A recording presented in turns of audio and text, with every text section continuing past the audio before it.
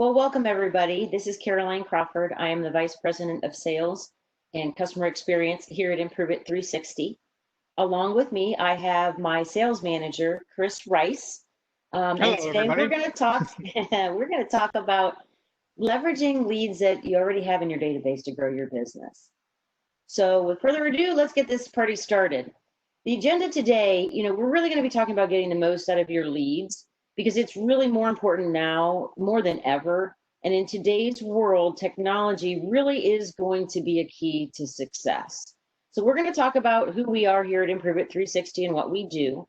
We're also going to talk a little bit about today and tomorrow and what the landscape in general looks like for folks.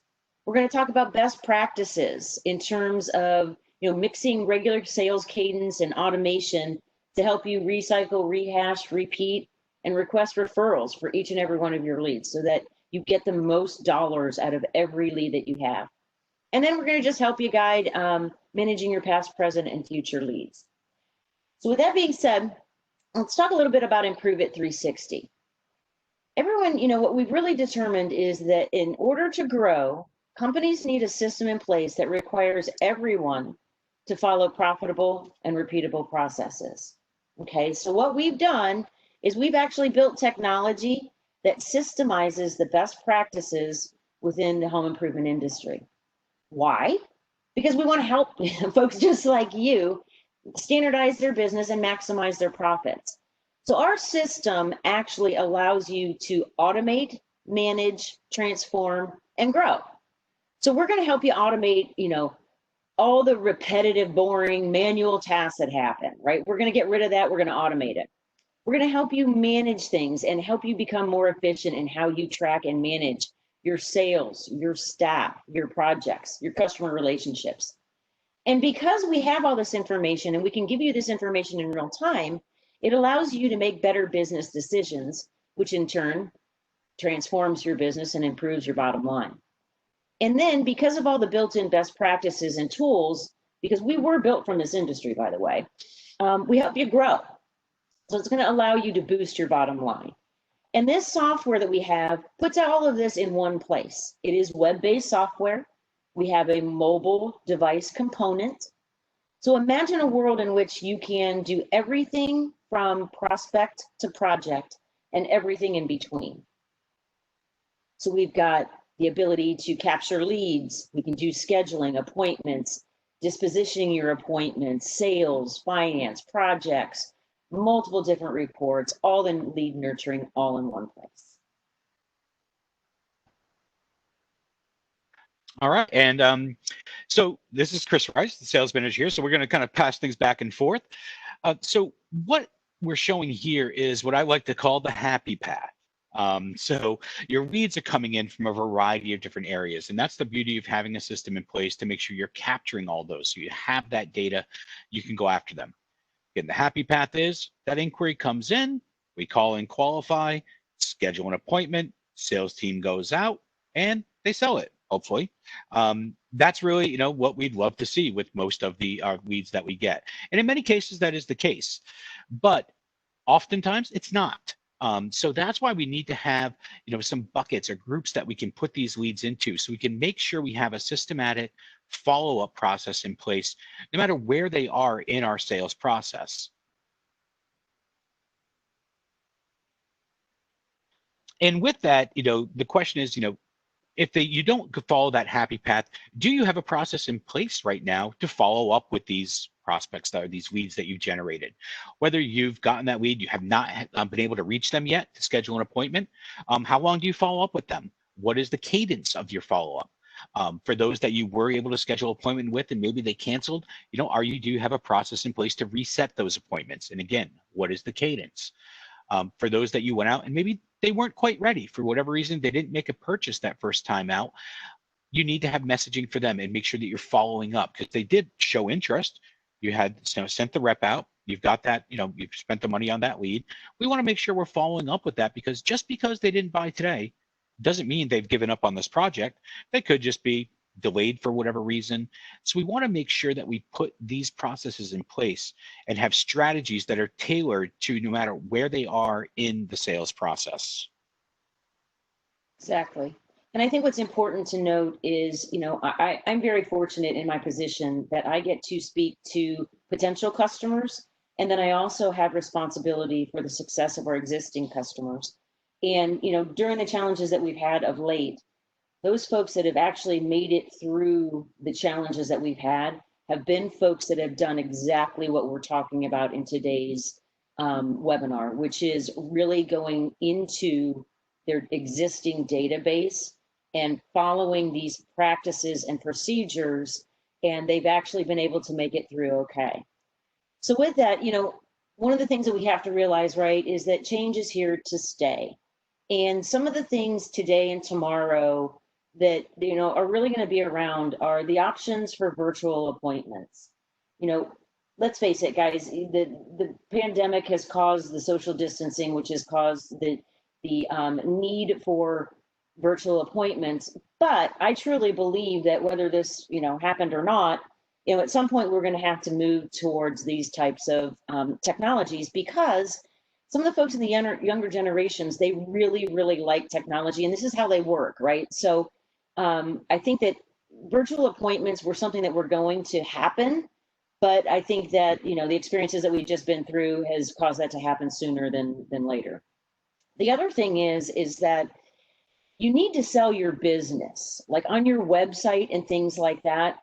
People want to connect, right, with people. Products are one thing, and you can sell your products all day long, but when you're really doing a lot of your advertising and things like that, think about selling you as the business owner and the wonderful things that your company does within your community, and showing the folks that actually work for your company, so that there's that connection, that human connection. And then obviously, thinking about incorporating as many different ways as you possibly can in order to communicate.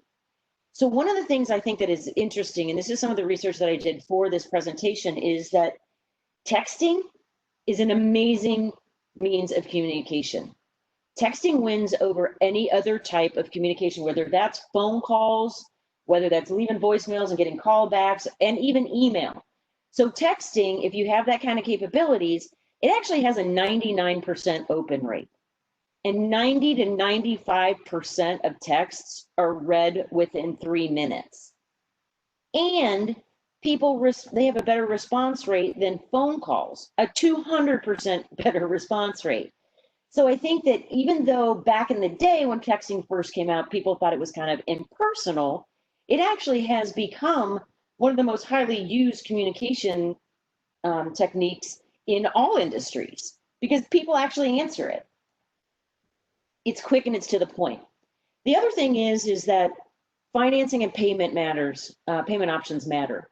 You want to provide the ability for customers to make payments to you easily, right? Down payments, whatever it is. So if that's, taking, mobile payments or allowing financing options, things like that, and make it as seamless as possible. With Improve It 360, we have a sister company of ours, Pay Simple, that's actually tied into our mobile app so that you can take those down payments or payments right there on the spot. The other thing to remember is that your business is built on customer retention and good experiences. And now more than ever, it's super, super important that every customer has an amazing experience with your organization. Because, Google reviews and all of these things, they really do matter to a business nowadays. You also have to know your numbers. And what I mean by that is that you need to know which of your, marketing sources or your lead sources are working for you. What's the cost involved? How many, what's the time from an actual appointment set to the close rates for each one of your reps? Like, all of this information should be at your fingertips, because if it's not, then you're not able to make the business decisions that you as business owners need to make on a daily basis, quickly, easily, and effectively. And then the last point really is all about standardization and communication equals success. And we're going to talk about this later on in the presentation, but standardizing processes and communicating both internally and externally all along the path of an experience that a customer has with you is successful. And that's what makes companies successful. Yeah, and these items Yeah, these things But that you can, that Caroline's talking about, I mean, these are really important because right now, when I'm talking to people, whether it be prospects or customers out there, everyone is right now being forced to do more with less. So the more that we can automate, the better insights we have, we can keep people going through this path. And what we like to focus on, as I mentioned earlier, we have different, kind of buckets that we want to put people in depending on where they are in the process. And these leads, the new leads that come in, either, we want to recycle those leads that we got that we weren't able to get that appointment scheduled right away. We want to make sure we're rehashing those appointments for the people who sat but didn't buy, they weren't ready for whatever reason, didn't purchase at that time. Repeat, going back to previous customers. I mean, so many companies that I talk to, they're selling multiple product lines, but do their customers know that? Are you actively promoting all the products and services that you provide? That is something I talked to a dealer a couple weeks ago, and he's like, they luckily the customer got back to them because they'd had a great experience when they did their roof, but they had no idea that they did windows as well, and it took them for a long time to get back. Where if they had been proactive, they would have gotten that business a lot quicker because they'd had a great experience the first time, and they wanted to come back to them, if they were able to do that project. And then requesting reviews and referrals. It's something that you can't just do once. You have to constantly stay on top of it. I know myself, I get that initial, wherever you are, they give you the receipt. Hey, click here to fill out our survey or fill out a review. That first time I may not do it, but if I get a reminder in a couple of days and I have a few minutes, I will take the time to do that, especially if it's a great experience. I really believe in making sure that when something good happens, I think often we focus too much on the negative. Let's really make sure that we highlight positive experiences we have, no matter what industry it's in.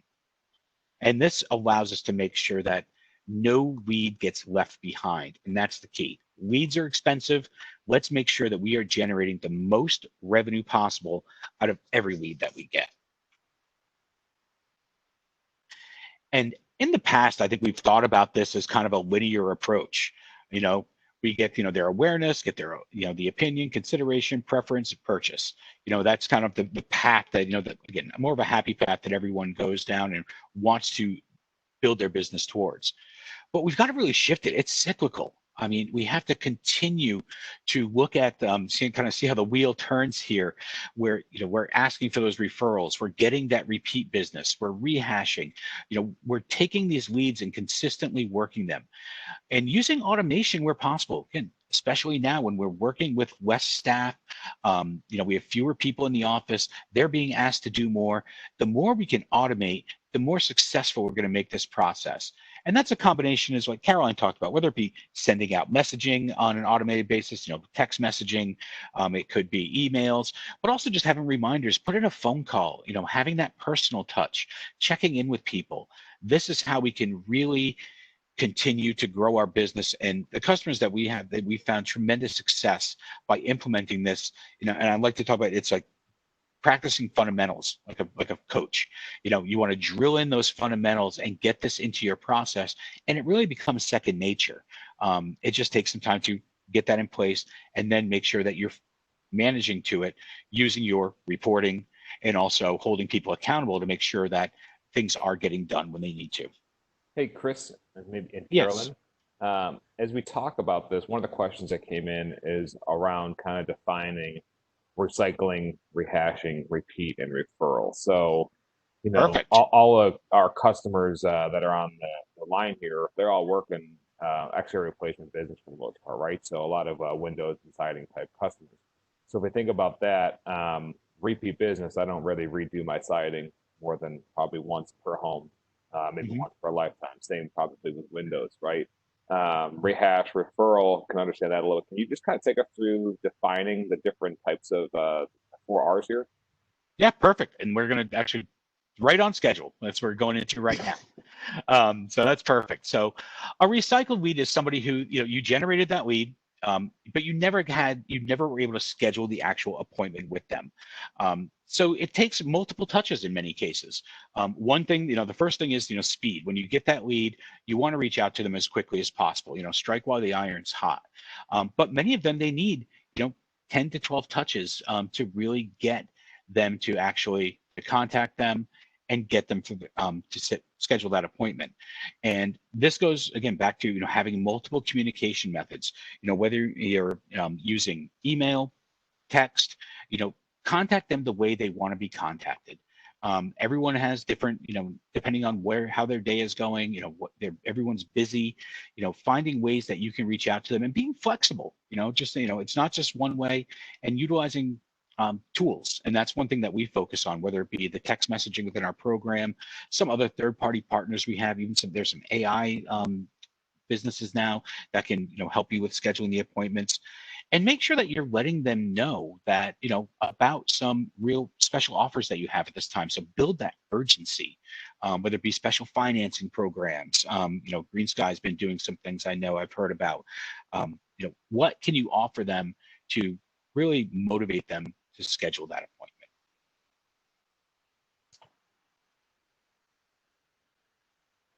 Okay. Now with Rehash, this is when we've gotten the appointment. We went out to the home, we presented our products and services, but for some reason they weren't ready. They, whether it be a pricing objection, some people want to get multiple quotes, or maybe they just weren't ready to kind of pull the trigger on that first call. So again, we want to have a cadence in place so we're following up with these people in on a regular basis. Just because they didn't buy today doesn't mean they're not going to buy. So as you can see here, 60% of those people who say no do make that purchase within 12 to 18 months. So you want to make sure that you are the one that they come to when the time is ready, when the time is right. And this is going to be, again, a combination of phone outreach. Social media is a great tool for this. Again, texting. Make sure that build the value of your company, like Caroline talked about earlier. It's not just about products and services. It's about your company and establishing that trust with them. So this is what we're finding a huge area where we can have customers that can average 6 to 7% growth just on leads that they're rehashing.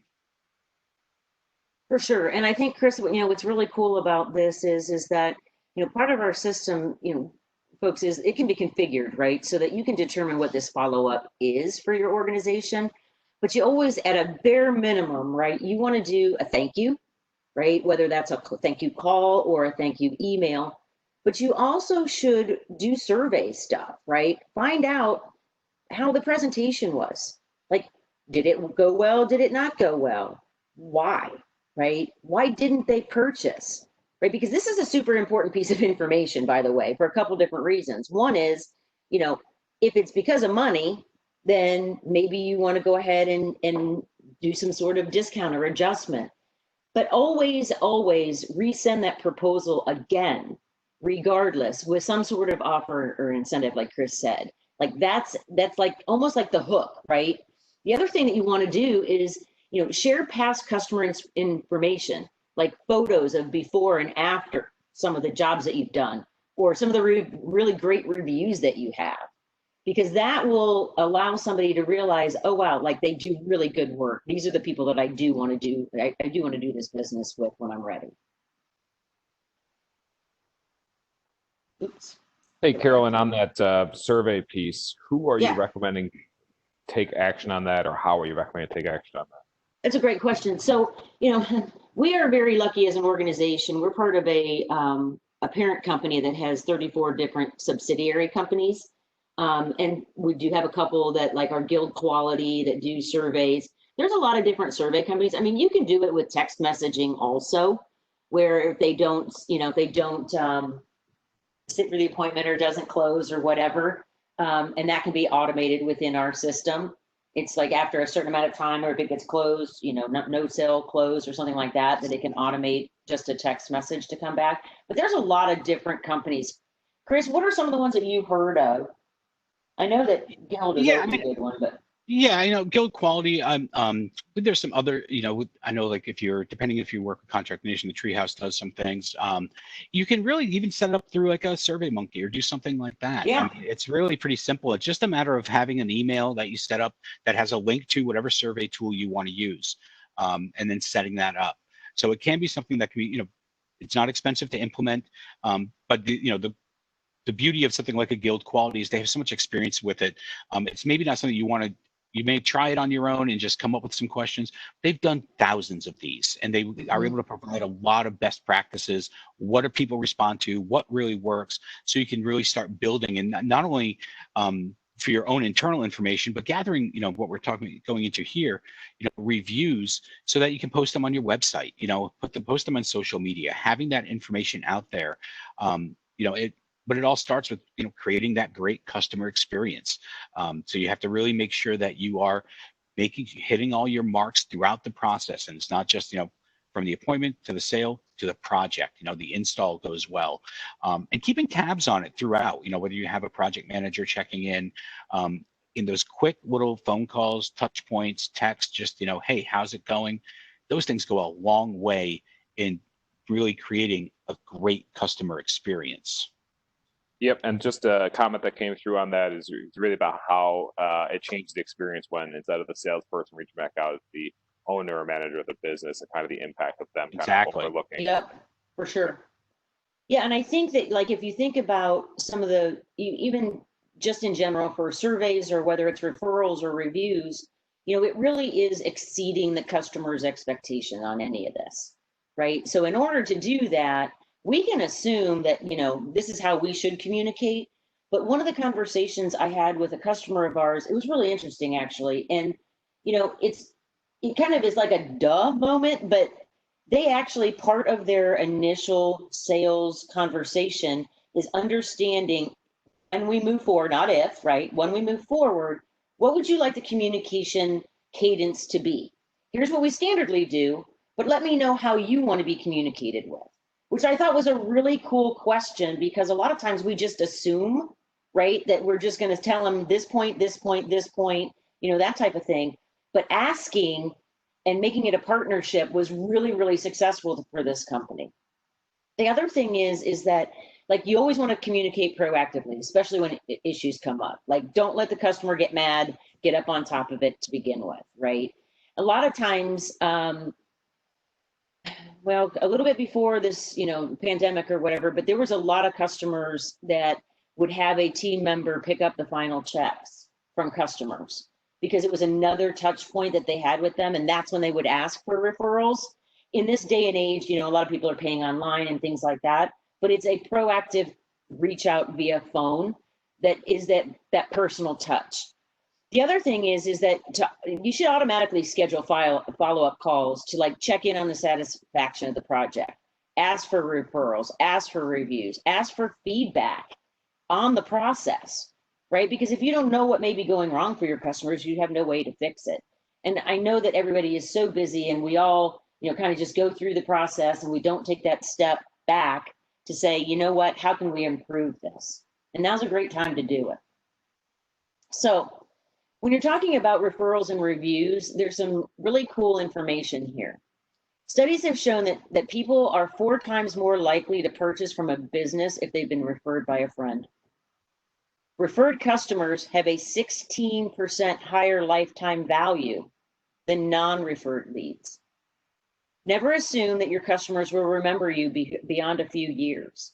So even though, like, this is that whole point about always continuing to reach out, even if, like, every 6 months you send an email to one of your, all your ex customers, or your previous customers, not ex, that says, hey, just wanted to let you know we're doing this now, or you have a newsletter that goes out every once in a while, or, if it's an anniversary of their project, that's a pretty cool one to say, hey, you know what, we just wanted to let you know we were thinking about you. Thank you so much for your business in the past.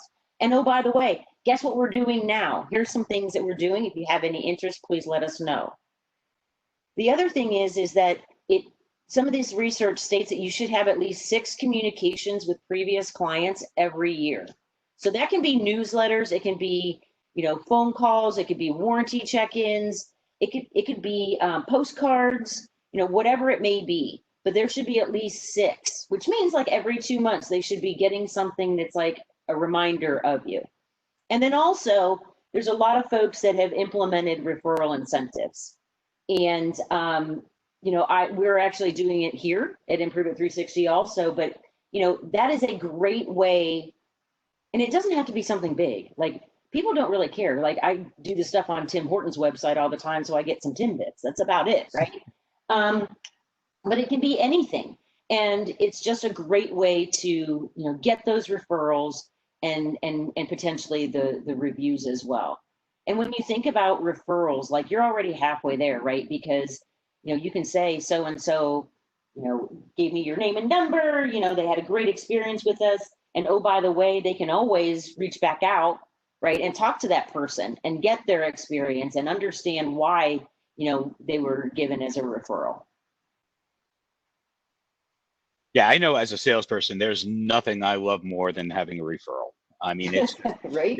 It's the perfect step because you have somebody they trust, obviously, who has already spoken highly of your product, and even you as a salesperson as well, because that's important. Again, developing that trust with them. But that's why it really starts. When you're looking at a strategy for referral calls, the sales rep, let them kind of plant the seed as you're going through the sales process. They close the deal. Hey, let's just let we do have this referral program. We'll be reaching out to you after after we make sure everything goes well with your project. And I think it also it provides that level of again, trust with that homeowner, because you want a referral. You're going to do everything you can to make sure you give them a great experience, because that's the only way they're going to refer you, because they're putting their reputation on the line for you.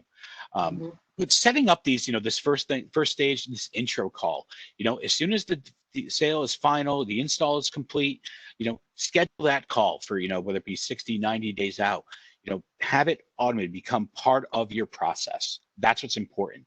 And, we don't want to blow people up, but we want to make sure we're staying in touch. So start with that call. Again, it's a more personal touch. Hey, just checking in. Is everything going okay?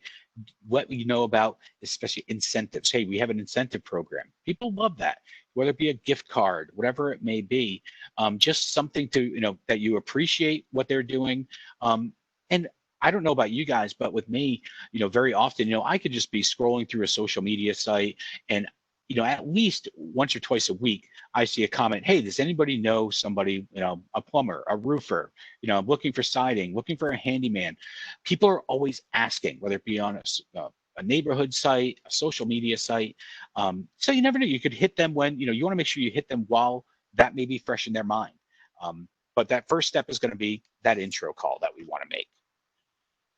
And then make sure we have a process to go in and collect these. So we want to be able to then, how are we getting the information from them? How are we, making sure that we do, if we can, give them time to warm up that person that they're referring us to. So they're expecting our call. So they've already had a conversation about what they did with us. So again, have a process in place to make sure that you have that follow-up, and how you're collecting this and when you will follow up with that referee. And then, let's make sure that we are setting the stage. So let's, as we go through the process, getting them, really back through the normal sales process, getting the appointment scheduled, walking through, making sure that the rep that's going out to the home is aware that this is a referral. Maybe, in many cases, the rep who sold the initial job. So there's that continuity through, and again, following through until the project is complete, and then, rinse, repeat, recycle, just keep going through it. And, this is something that, it's just a great way to leverage those leads you already have. And those past customers are just invaluable. There's so much more we can generate out of them.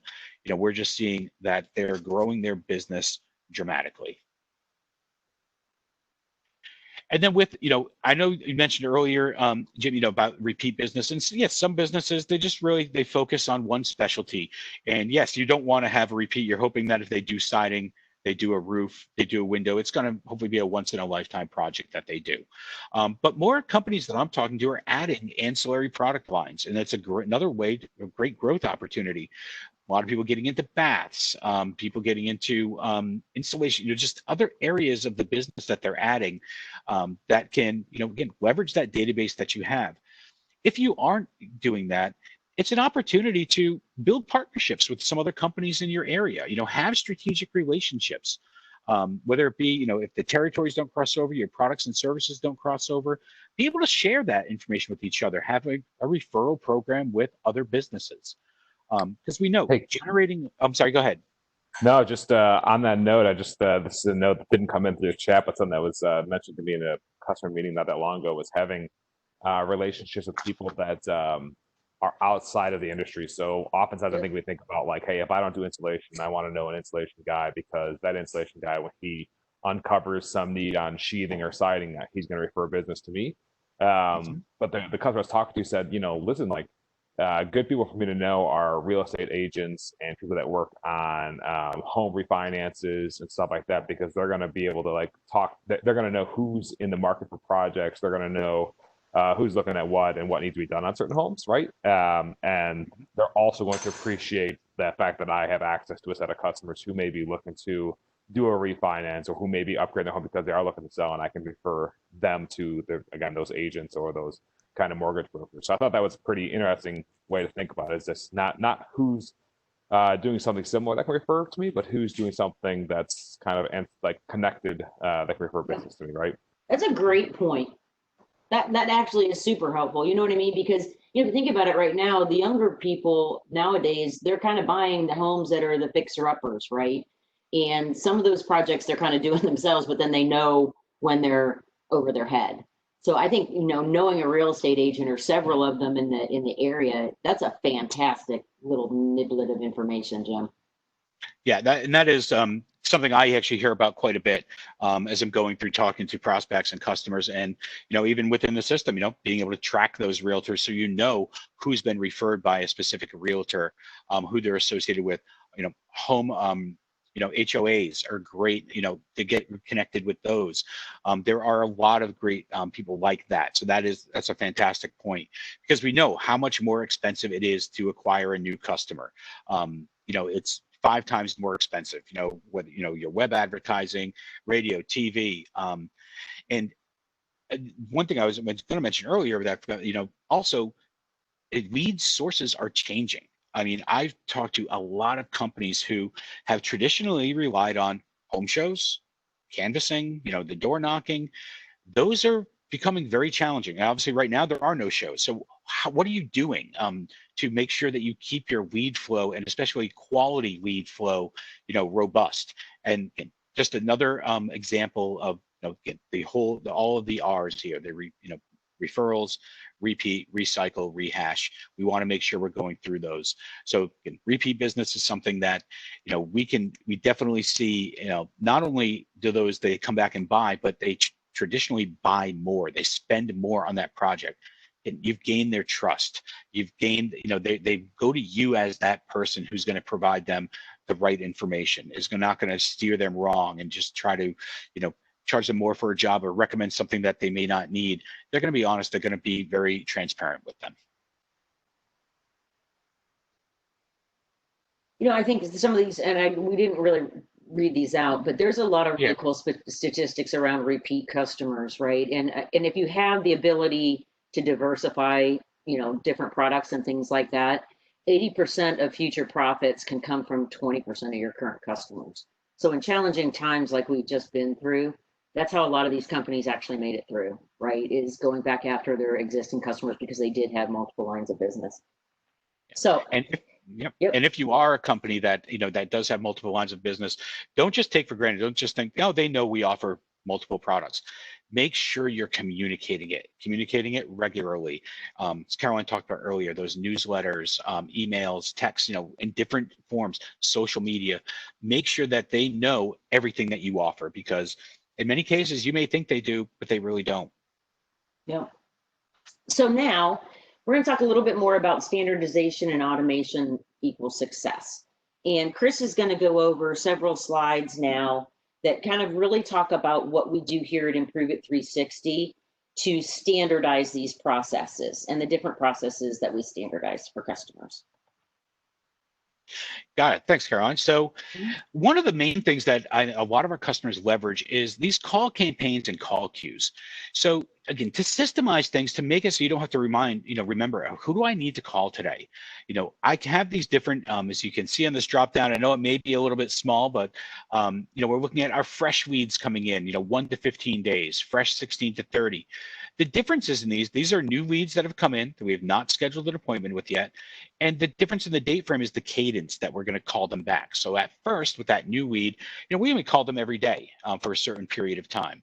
After that, depending on what your preference is, then maybe we want to scale it back a little bit. And this is just for managing the phone calls. It doesn't mean you can't send out emails, text messages as well. We also have, if you have a specific list that you buy that you want to call, have a campaign for that, or you can segment it by lead source. Making sure you're going after your previous customers, segmenting those rehash and those resets, those appointments that canceled. Obviously, that person had an interest. Let's try to get them back on the schedule. So having these divided, it makes it easier. So I can go right now, I'm going to focus on my fresh leads. So I can kind of get in that mode and make those calls until I empty that queue. Okay. Now I want to transition to rehash, or some companies have a certain person dedicated to a rehash role, an inside sales team perhaps. So that's all they're going to focus on. So it allows you to really segment them depending on where they are in your sales cycle, and make sure you have that consistent message going out to them. And this is, putting everything in one place, so you have all the information. So one of the beauty about this is, whether even if you're running your referral program through here, segment it so by those stages we talked about earlier. Okay, here are my intro stage. I'm going to make the intro stage call. After we get to that, get past that point, then we'll go to that ready to set. So you can manage those stages as well. And one of the great things, so you can't quite see it on here, but as you scroll down to the screen, you can actually see the history of this customer. What did they buy before? How many times we called them? We can see that history kind of in a snapshot. So we can be, go into this call intelligently, make sure that we're communicating the right information. And setting up this automation. So again, this is kind of a little sneak peek at the back end of Improve It 360. And this is just one example. After we have a sale that's marked final, our system is set up natively. 180 days, we're going to reach back out to that person, but it can be adjusted. So you can configure to what's going to make sense for your business. You may not, want to be, you don't want to set it yourself up for failure. So you can make sure that you have, with the resources you have in place, what makes sense for your business. And then you going into setting up, workflows. So having some automation built in, with some of these emails. 1 day after the appointment, let's send this email. 3 days after an appointment, let's send this email. Having those set up. So again, that set it and forget it. We have that in place, and you have a solid mix of email, phone call, it can be text messages. So having a variety of ways to communicate to make sure that you're reaching that customer in the way they want to be reached. And the reporting, this is really, I think, personally, the superstar of the Improve It 360 system. We have a variety of reports and dashboards that come out of the box, but you're not limited to that. You can build your own custom reports. This one is showing what we call a source cost performance report. And all these reports are in real time. So with this one, you can see I've got lead sources down the side. The system is automatically tracking how many sources, how many leads came in from that source, how many appointments were set, issued, demoed, sold, our sold price. So we get an average sale for each of these leads.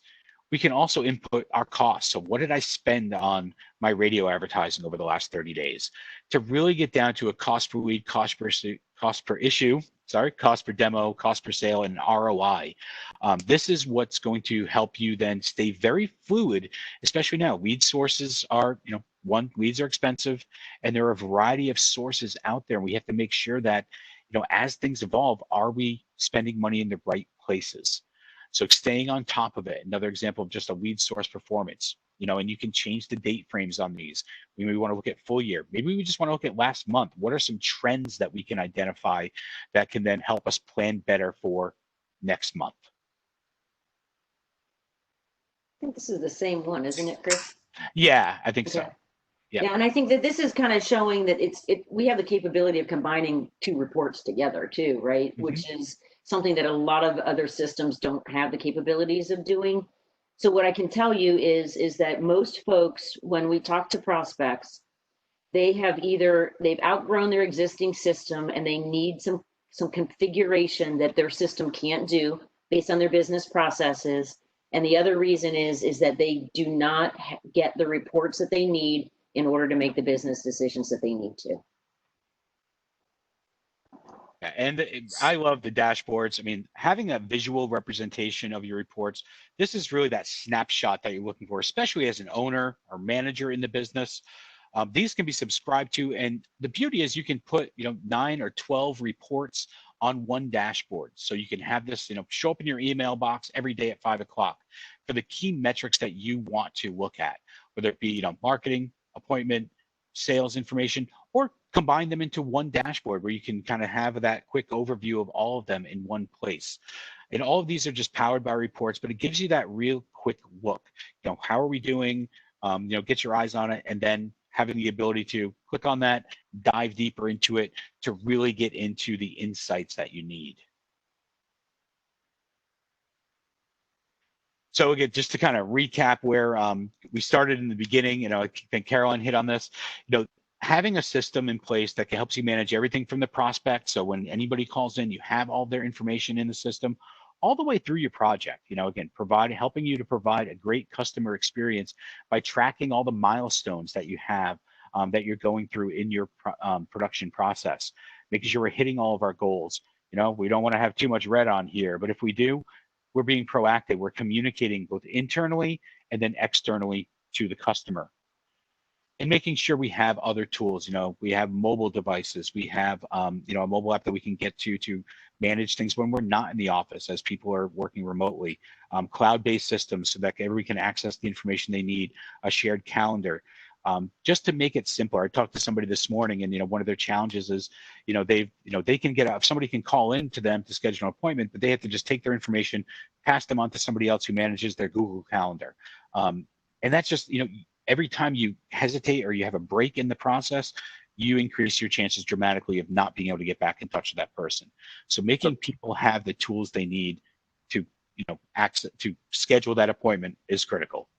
So Chris, I think that's a very valid point, and that's something that came up in the chat here is, especially as you went through the last kind of 3 or 4 slides there's a lot of really good information in there, right? It's a ton of good insights and ways to look at my business, right? But it's also a bit overwhelming, right? It's hard for me to look at all that and jump to a conclusion if I don't have these systems already in place in my business. It can feel like a lot of work to do, Yep. and I think that this wouldn't be the only time that we hear that type of feedback. So No I know question. that you guys are running this presentation, so I want to ask you, what type of support might you have for contractors who are looking to start implementing some of these systems into their business?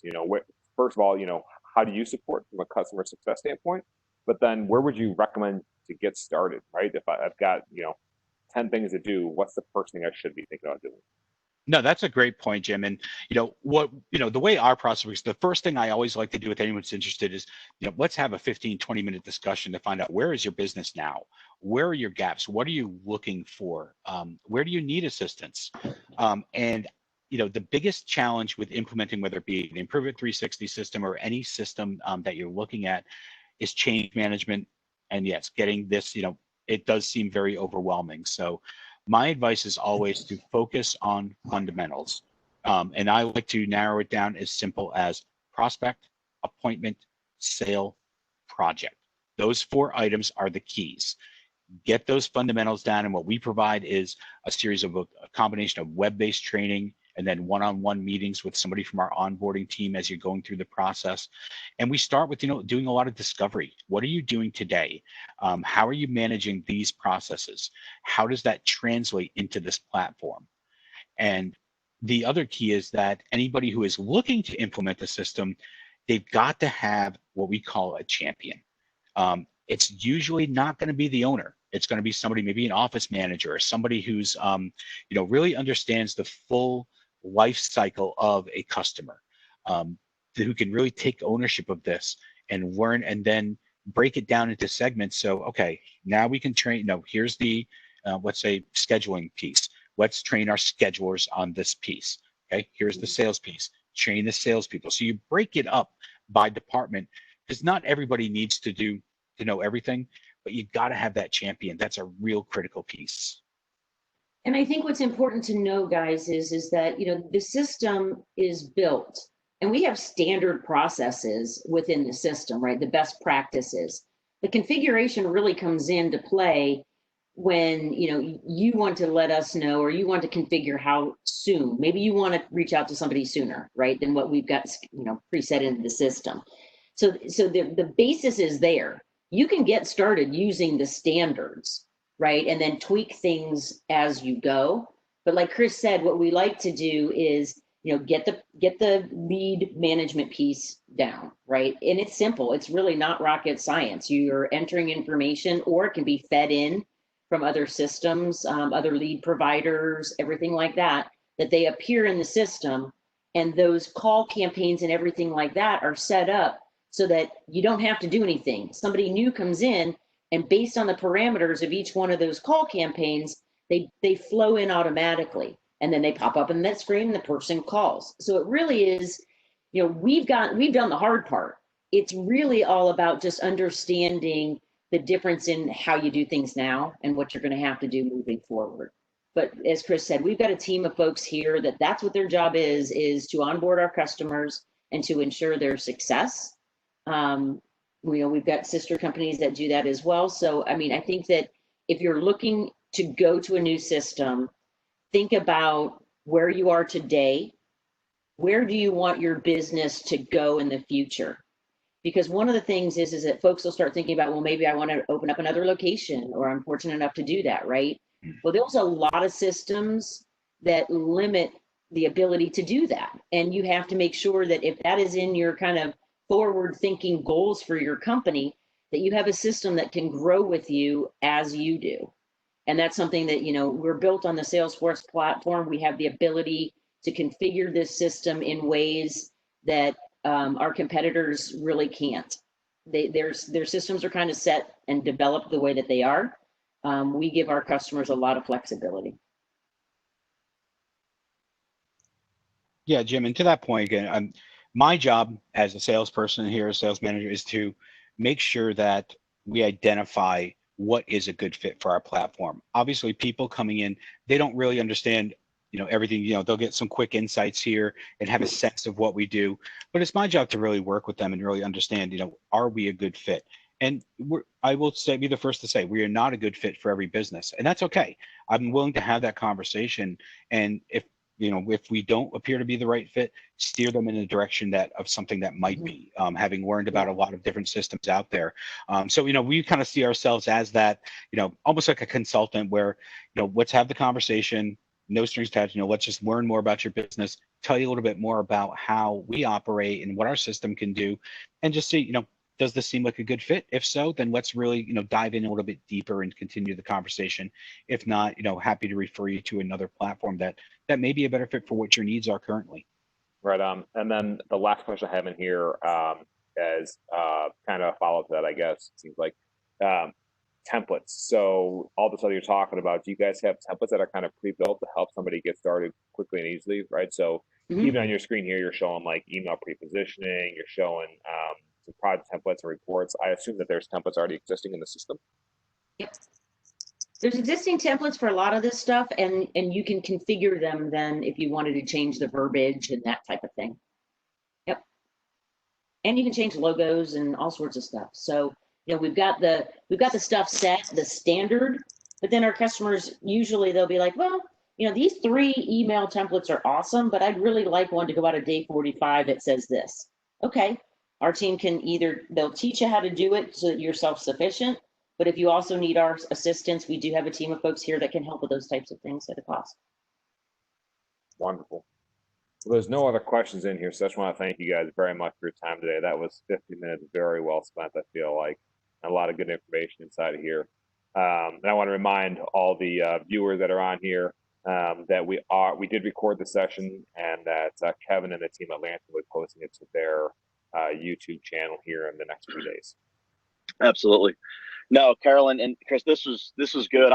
Some of the takeaway I have from this is as a reminder, to utilize, our marketing department and some of the stuff that we do. And I think it's key. So a lot of the stuff that you guys were talking about, there's a lot of information out there, right? So make sure we're using the data that's available to you in the right way, right? Be smart about it, right? And let's not forget about previous or existing customers. One thing that we do with our marketing department is we help our customers with proximity marketing, but we tend to concentrate on a lot of the potential customers and forget about the existing customers that they've had.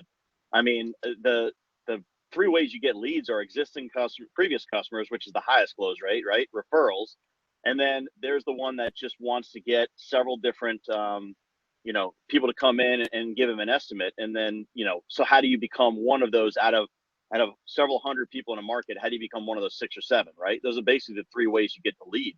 And I think a lot of times people forget. And so, we have a lot of information for customers that use us for the proximity marketing, and that could be helped and utilized again with your program as well. So I think the importance is help eliminating the noise that's out there, utilize the right technology. I mean, I think texting is a great way you started talking about. It's something so simple. And I think that's generally it. We need to keep it simple. But again, let's not, let's utilize all the data we have. And what you guys have is an unbelievable platform that just doesn't lose sight of all that information that's out there. That's already there, able to be used, and in a much simpler manner. Because let's face it, our contractors, our customers, you all that are out there on this call, I mean, you wear a lot of hats during the day, and it's hard to track everything.